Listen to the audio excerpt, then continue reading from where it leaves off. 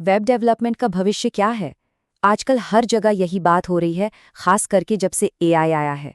तो सवाल ये है कि क्या ये करियर पाथ सच में खत्म हो रहा है या कहानी कुछ और ही है? चलिए इसी को समझते हैं। इंटरनेट पे तो ये बात आग की तरह फैल रही है ना? कई लोग आकर बोल रहे हैं कि भाई वेब डेवलपमेंट तो अब बिल्कुल डेड है। एआई आ गया है, एक कमांड दो और लो वेबसाइट तैयार।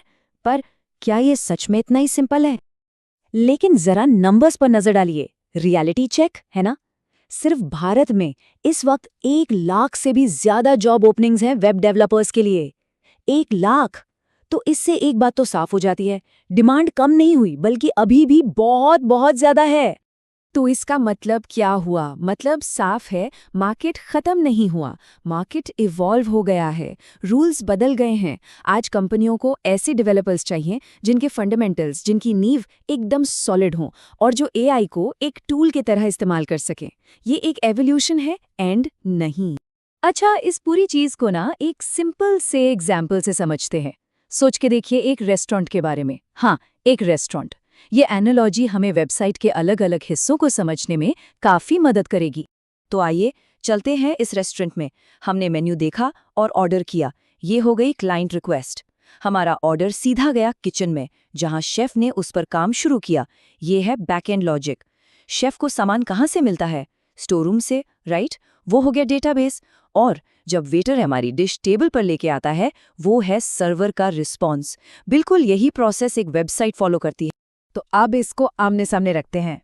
रेस्टोरेंट का जो डाइनिंग एरिया है, जहां हम बैठते हैं, जो हमें दिखता है, वो है वेबसाइट का फ्रंट एंड।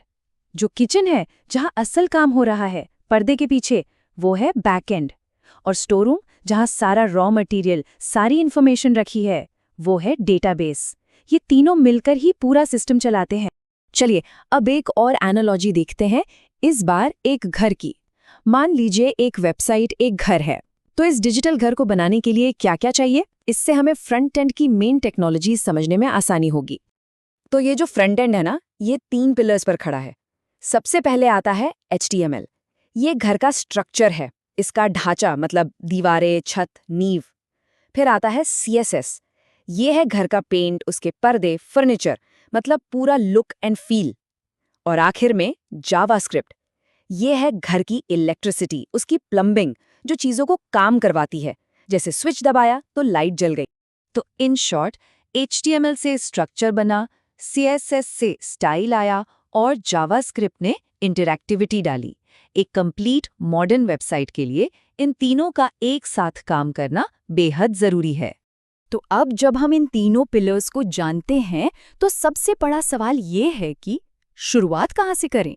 इन तीनों में से वो कौन सी चीज है जो सबसे पहले और सबसे जरूरी है? और ये बात एकदम आईने की तरह साफ है।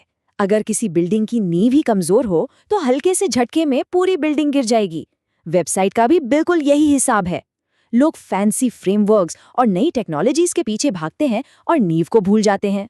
तो वो नींव, वो फाउंडेशन है HTML, हाइपरटेक्स्ट मार्कअप लैंग्वेज। ये वेब का स्केलेटन है।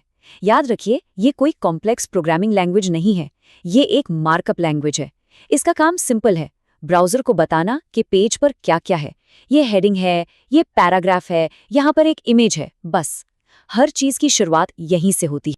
इसको ऐसे सोचिए, क्या कोई दीवारें खड़ी करने से पहले ही घर को पेंट करना शुरू कर सकता है? नहीं ना। बिल्कुल वही गलती लोग करते हैं जब HTML को ठीक से सीखे बिना सीधे एडवांस्ड फ्रेमवर्क्स पर जंप कर जाते हैं। ये उस घर को पेंट करने जैसा है जो अभी बना ही नहीं। सही सीक्वेंस हमेशा एक ही होता है, पहले स्ट्रक्चर, फिर स्टाइल और उसके बाद फंक्शनैलिटी। तो आखिर में ये सवाल हम सबके लिए है जो इस फील्ड में है या आना चाहते हैं। क्या हमारे डिजिटल नींव इतनी मजबूत है कि उस पर एक शानदार इमारत खड़ी की जा सके? क्योंकि याद रखिएगा, एक मजबूत नींव ही तय करती है कि हम डिजिटल दुनिया में जो कुछ भी बनाएंगे वो कितना टिकेगा।